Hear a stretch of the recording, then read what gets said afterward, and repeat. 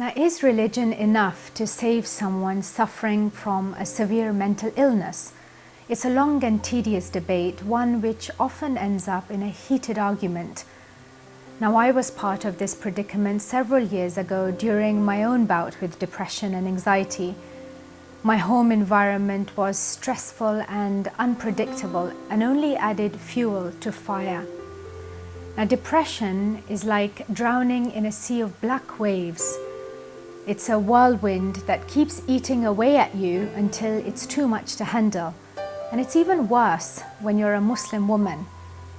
How do you break the news to your family about your deteriorating mental health without damaging their reputation? What will people say? What if someone finds out? And on top of suffering so much, I also had to worry about not bringing any shame to my loved ones.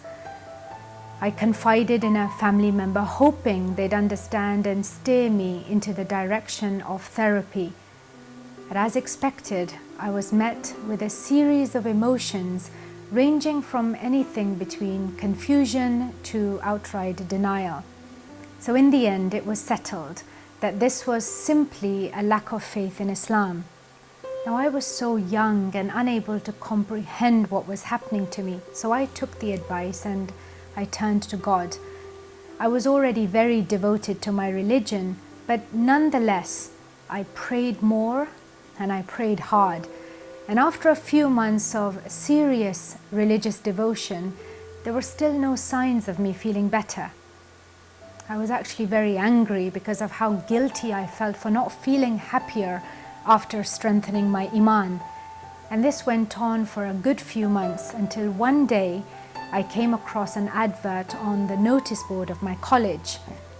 It was about counseling for students potentially consumed with sad and anxious thoughts. Now this, I thought, was truly a sign from God. He knew how much I was suffering and how much I needed help. And I took that pamphlet off the notice board, and thus my journey towards healing began. That little piece of paper changed my entire life. Now, sadly, what I suffered 30 years ago is still prevalent in Muslim South Asian communities. Muslims struggle to confide their suffering in even those who are nearest and dearest to them due to fear of backlash. Now, if we're physically ill, we're taken to the doctor without any questions asked. Why is a mental illness so difficult to grapple with? When we're physically ailing, we seek professional advice and are prescribed medicines. Why is going to an expert for a mental illness any different? What if someone is suffering from a serious neurological imbalance that can only be treated via medicines? Don't they deserve to feel well?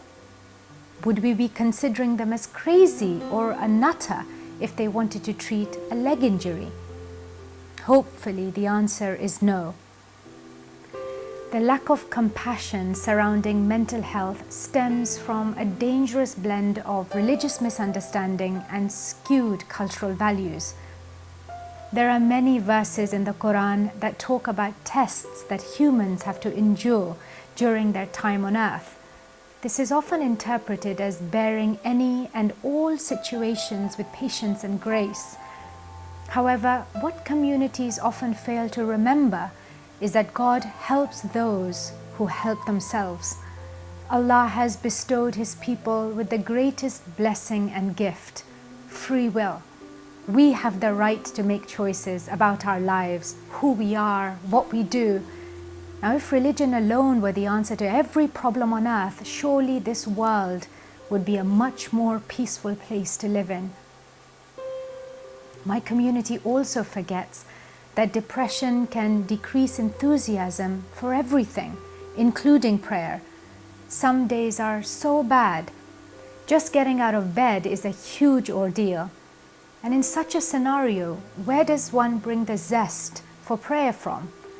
Of course, when you put forth such logical points, they are often dealt with inane counter-arguments. People then further face fear and guilt regarding prayer not eliminating their suffering.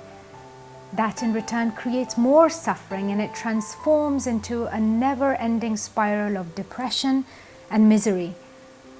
Oftentimes, mental illness becomes the subject of gossip, especially if the sufferer is a woman. Now, this may sound cruel, but it significantly lowers her value. If she's single, who will marry her? If she's married, how will she take care of her husband and home? And if she's a mother, how will she raise her kids? I'm incredibly happy to have sought therapy when I needed it the most. It got even better when I met my husband, and he supported me completely. It gave me courage to open up without any feelings of shame. However, the healing is ongoing, and I'm so glad to be in a position where I can openly share my experience and hopefully, in return, help other people.